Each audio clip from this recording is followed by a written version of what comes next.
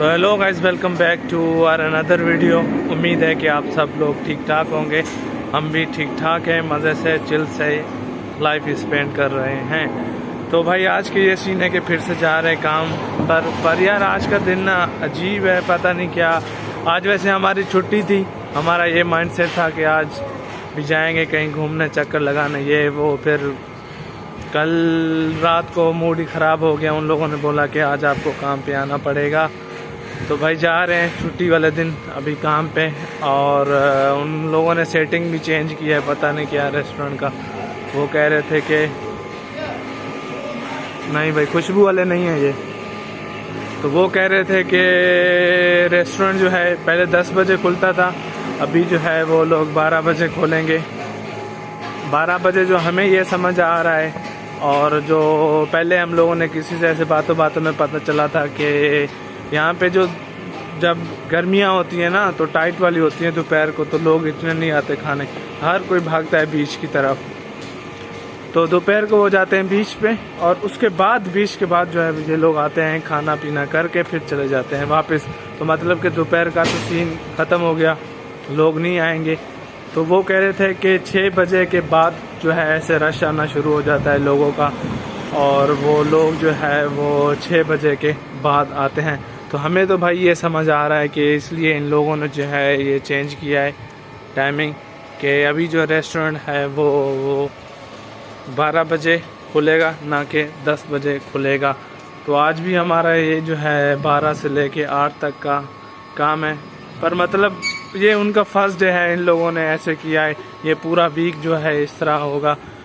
और पहले उन लोगों ने ये कहा था कि किचन में जो है मेन किचन में एक लड़की काम करती है, वो नहीं आएगी और सैफ जाके वहाँ पे काम करेगा। वैसे सैफ की भी छुट्टी थी, मेरी भी। पर बाद में उन लोगों ने फिर से कहा कि अब दोनों को आना है, मुझे भी आना है। तो मैंने बोला भाई मेरे भी लग गए, मुझे लगा था कि नहीं भाई आराम से रेस्ट करूँगा मैं। तो भाई जा रहे हैं, देखते हैं कि इन लोगों ने जो नया सेटअप ये किया है, ये टाइमिंग वगैरह, लोग आते हैं या नहीं आते हैं। पर हमें जो लग रहा है कि लोग इतने ज़्यादा नहीं आते, क्योंकि एक तो इनका फर्स्ट डे है, इन लोगों ने टाइम चेंज किया है, ये चीज़ है। और दूसरा ये है कि वर्किंग डे है यहाँ, मतलब कि ट्यूसडे है। तो वहाँ चलते हैं, फिर पता चलेगा कि क्या होता है। और उसके अलावा जो हमारे 23 भाई हैं, ये वाले भाई 23 वाले भाई, ये 23 वाले भाई जो हैं वो भी कुछ कहना चाहते हैं, क्योंकि वैसे तो वो ब्रंच में काम करते हैं 23 वाले भाई, पर आज जो है उनको मेन किचन में जो है वो काम करना पड़ेगा। तो इसका काम अलग होता है, मेरा काम अलग होता है, पर इसे थोड़ी बहुत बर्तन मजता है। हाँ, तो जो इसका जो काम है वो थोड़ा बहुत आज चेंज होने वाला है। G23 भाई, आप क्या सोच रहे हो, आपका काम कैसे होगा? सब आता है मुझे, सब धो के रखे होंगे। तो भाई अभी जा रहे हैं काम पे। और जो है वैसे जैसे सालार ने बोला है कि मेरा काम पहले ब्रंच का होता था, ब्रंच में और डिशेस होती थी वो तो सारी आती थी, लेकिन मैं जब ब्रंच का काम नहीं होता था तो फिर दूसरे डिपार्टमेंट में आता था जहाँ सैंडविच और सलाद बनते हैं, तो वो भी मैं सीख चुका हूँ। तो इसलिए किसी मसले की वजह से वहाँ पर जो लड़की काम करती है वो नहीं आई थी, नहीं आएगी इस पूरे हफ्ते, ऐसा शेफ़ ने बोला कि तो उसकी जगह पर मुझे काम करना पड़ेगा। और आज जाके देखना होगा उसके लिए क्या प्रिपरेशन, क्योंकि जो सैंडविच और सलाद का चीज़ें होती हैं वो अगर ऑर्डर आए बना देने में तो कोई इतनी मुश्किल नहीं होती, लेकिन जो प्रिपरेशन होती है उसकी वो थोड़ी लंबी होती है।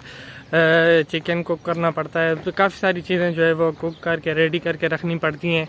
जैसा कि श्रिम्प का वो होता है, सैंडविच होता है, उसके लिए श्रिम्प पेस्ट बनाना पड़ता है, और वेजिटेरियन सैंडविच होता है उसके लिए दाल का पेस्ट बनाना पड़ता है, और काफ़ी सारी चीज़ें करनी पड़ती हैं। तो वो जाके देखूँगा, अगर बने हुए हैं तो वेल एंड गुड है। वैसे इतने आएंगे तो नहीं, थोड़े थोड़े भी काफ़ी हैं, लेकिन मुझे ये 2 दिन की ही प्रिपरेशन करनी है। कल भी वो नहीं आएंगे और हम 2 बंदे जो है काम करेंगे। एक जो नया शेफ़ आया था उसको भी ये सारी चीज़ें नहीं आती, सलाद और सैंडविच की। उसने जो है अपना मेन्यू उस शेफ़ को जो आता था वही सिर्फ चलाता है, जो कि मेन मेन्यू होता है हमारे रेस्टोरेंट का, वो ये दूसरे डिपार्टमेंट में उसका कोई लेना देना नहीं है। तो अभी के लिए यही है कि मैं उसमें करूँगा। और ये लोग ऐसा कर रहे हैं कि मुझे सारे मेन्यू सिखा रहे हैं, मतलब मेरी सही से ना ये लेंगे, और अच्छा भी है, एक एक्सपीरियंस भी हो जाएगा। लेकिन अभी जो है वो पिछले हफ्ते शेफ़ कह रहा था कि तुम्हें पिज़्ज़ा और बर्गर भी सिखाएंगे। तो सीखने में तो इतना कोई मुश्किल नहीं है, 2-3 दिन अगर मैं जाऊंगा वहाँ पर तो ईज़िली सीख लूँगा। तो जहाँ पर भी बंदा कम होगा वहाँ पर मुझे बुला लेंगे। ये अच्छी बात भी है, लेकिन एक हिसाब से गलत बात भी है। अगर मैं इतना सारा काम करूँगा तो ऑब्वियसली मैं उनको बोलूँगा कि मेरी जो है वो सैलरी बढ़ाएं 1-2-3 महीनों के बाद। तो देखते हैं अभी के क्या सीन है।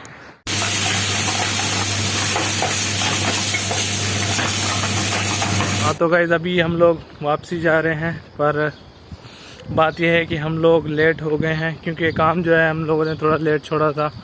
क्योंकि मेरा तो फिनिश हो गया था, सैफ का हो गया।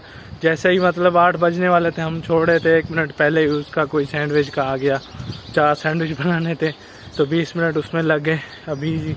और 9:30 बजे हमें बस भी पकड़ना होता है, तो वो बस तो चली जाएगी। फिर देखेंगे कि किस तरह जाना है, क्योंकि एक और स्टेशन भी है, बस स्टेशन, जो वहाँ पे बस जाती है हम जहाँ रहते हैं। वो हम कल रात को गए थे वहाँ से, तो मैं भी वहाँ जाएंगे और ट्राई करेंगे।